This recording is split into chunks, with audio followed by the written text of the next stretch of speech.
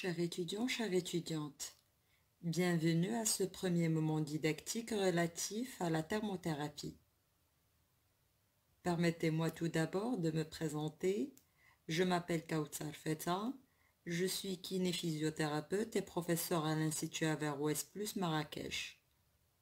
Avant de vous présenter l'essentiel de la thermothérapie, je vais vous annoncer les objectifs du cours et l'architecture de la présentation pour les objectifs de ce cours. Il s'agit de connaître la définition de la thermothérapie, l'utilisation du chaud, c'est-à-dire l'hyperthermie, propriétés, indications, moyens, contre-indications, modalités d'utilisation et techniques. On va voir aussi l'utilisation du froid, c'est-à-dire la cryothérapie. On va voir ses buts, ses effets, ses indications et ses contre-indications et les techniques.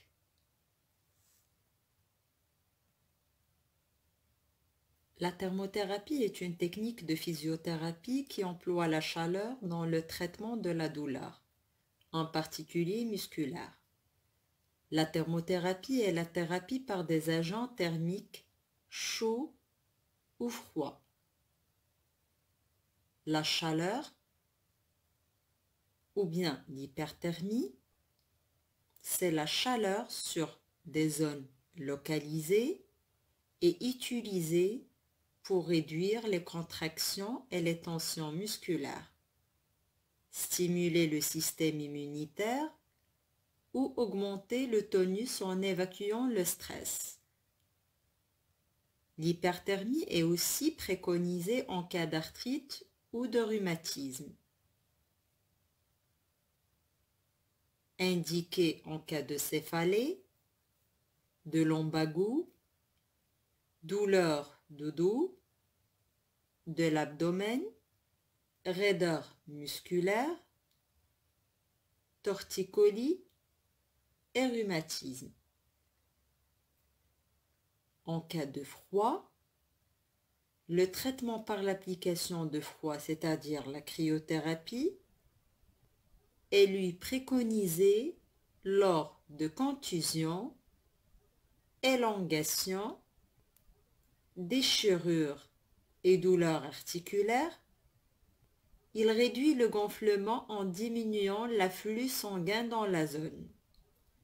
Indiqué en cas de migraine, maux de tête ou de dents, saignement de nez, claquage, entorse, tendinite, hématome, etc.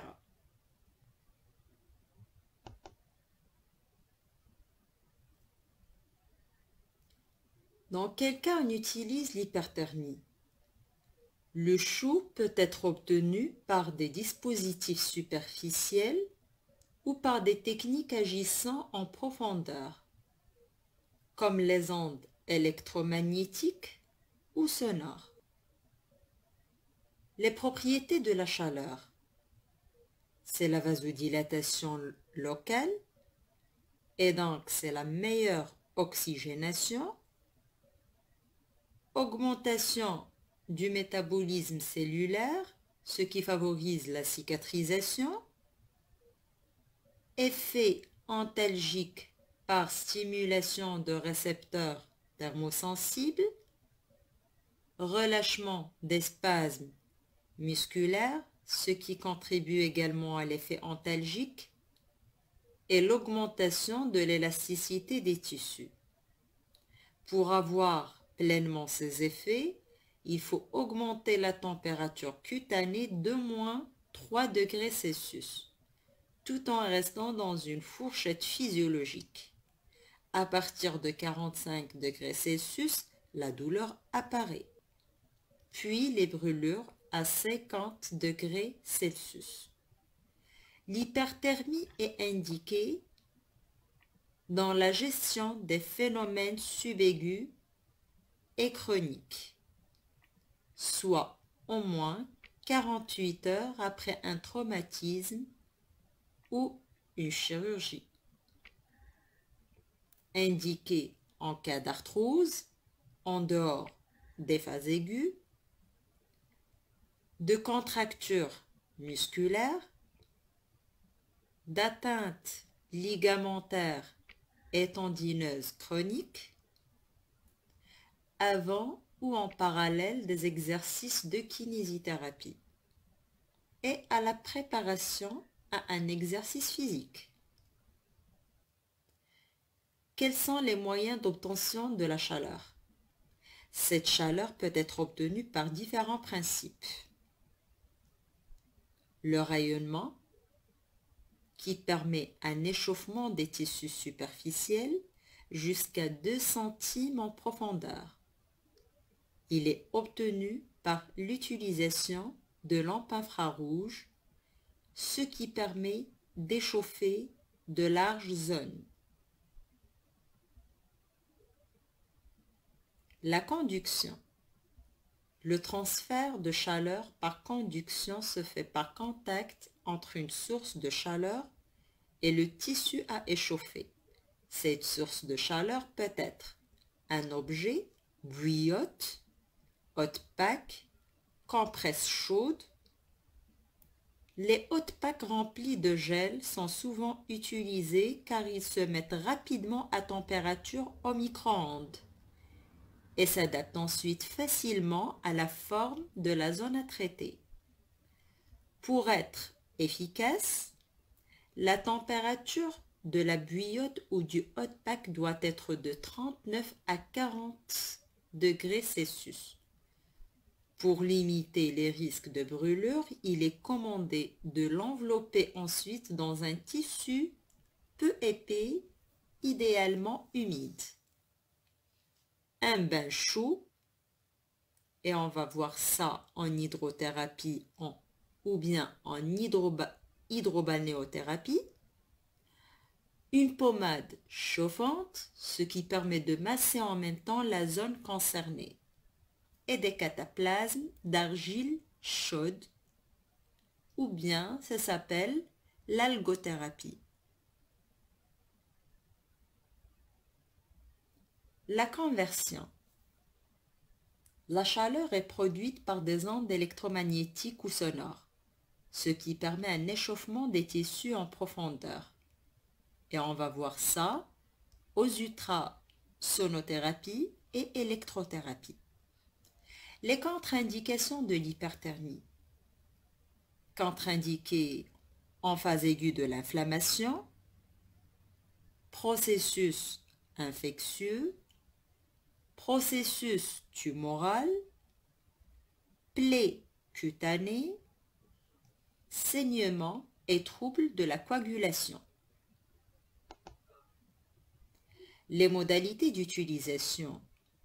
Si elle est utilisée au cours d'une séance de physiothérapie, la durée d'application pour une bonne efficacité est de 10 à 15 minutes. La fréquence d'application est à adapter à la pathologie et peut ainsi aller de 2 à 3 fois par jour lorsque l'application de chaleur est utilisée seule sur une contracture musculaire par exemple, à 2 fois par semaine lorsqu'elle est utilisée avec d'autres techniques pour une rééducation post-chirurgicale.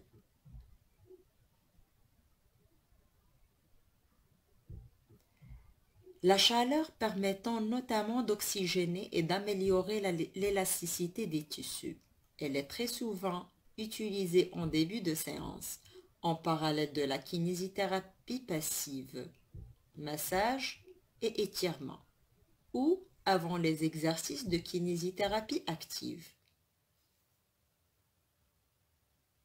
Les techniques sont par contact direct ou par diathermie. De contact consiste à appliquer directement la chaleur sur la zone douloureuse au moyen de patchs chauffants ou de compresses de paraffine, Auto-adhésifs, les patchs chauffants peuvent être conservés au quotidien pendant plusieurs heures. Le massage aux pierres chaudes, aux vertus relaxantes, fait également partie des applications de la thermothérapie. Par diathermie, la thermothérapie par diathermie consiste à diffuser la chaleur à distance au moyen d'un appareil à rayonnement infrarouge. Les lampes à infrarouge sont également utilisées par les kinésithérapeutes et présentent l'avantage de permettre d'ajuster l'intensité de la chaleur en fonction de la douleur.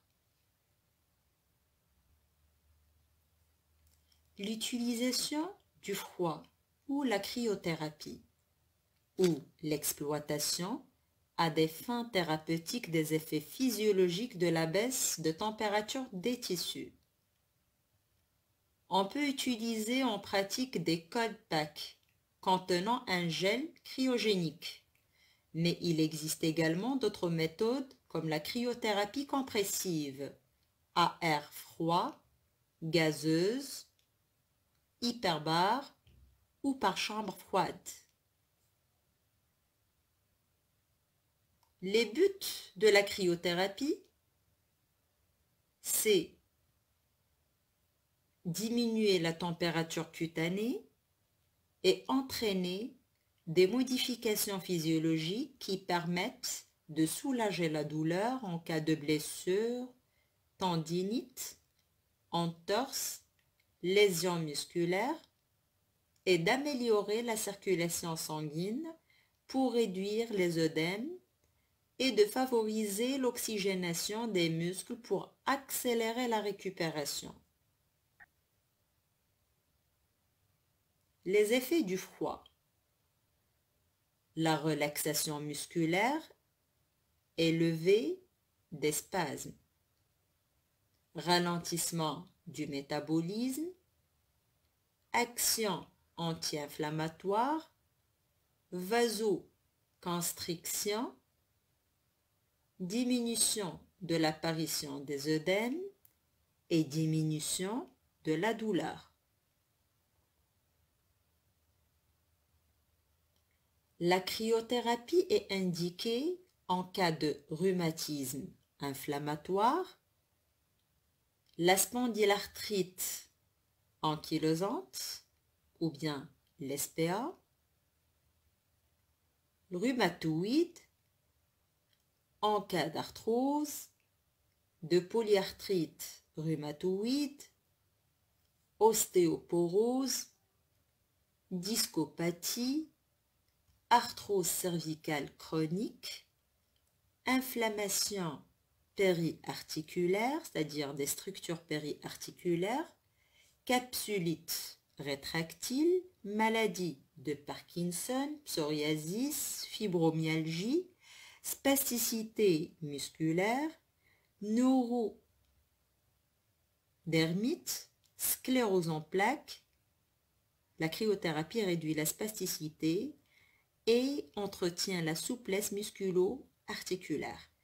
La tendinomyopathie, le traitement antidouleur en cas de dépression, de migraine, de fatigue chronique, en traumatologie aiguë dans les 24 à 72 premières heures, pathologie inflammatoire articulaire, affection neuromusculaire, contractures et crampes et ainsi de suite, post-opératoire de chirurgie, rééducation en fin de séance et prévention des pathologies sportives en phase de récupération. En pratique, l'efficacité du froid est optimale si la température est inférieure à 15 degrés Celsius, mais toujours supérieure à 5 degrés Celsius avec un pack pour protéger 20 à 30 minutes, 1 à 4 fois par jour. Dans quel cas la cryothérapie est contre-indiquée? Le recours à la cryothérapie corps entier est contre-indiqué dans les cas suivants. Tension artérielle élevée non soignée de valeur supérieure à 160, 100, infarctus insuffisance coronarienne dispositif sous-cutané, pacemaker, trouble du rythme insuffisant cardiaque,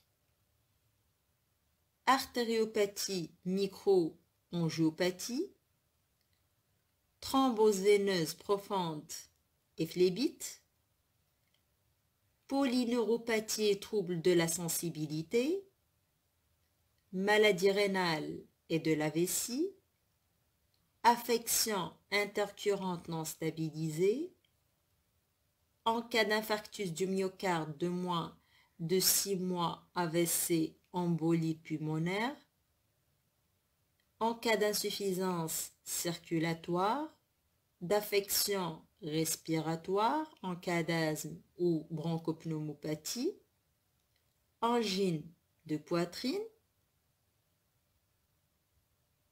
en cas de colique néphrétique, colique hépatique, hyperuricémie, c'est-à-dire crise de goutte, en cas d'infection aiguë et grossesse connue.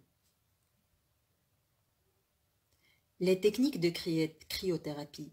Il existe plusieurs techniques de cryothérapie et cela va de l'application d'une poche de glace sur une zone du corps à l'utilisation d'un spray refroidissant, à l'immersion des jambes dans de l'eau glacée ou à l'exposition du corps entier dans une chambre de cryothérapie ou seulement jusqu'au cou dans une cryocabine, une sorte de cylindre géant.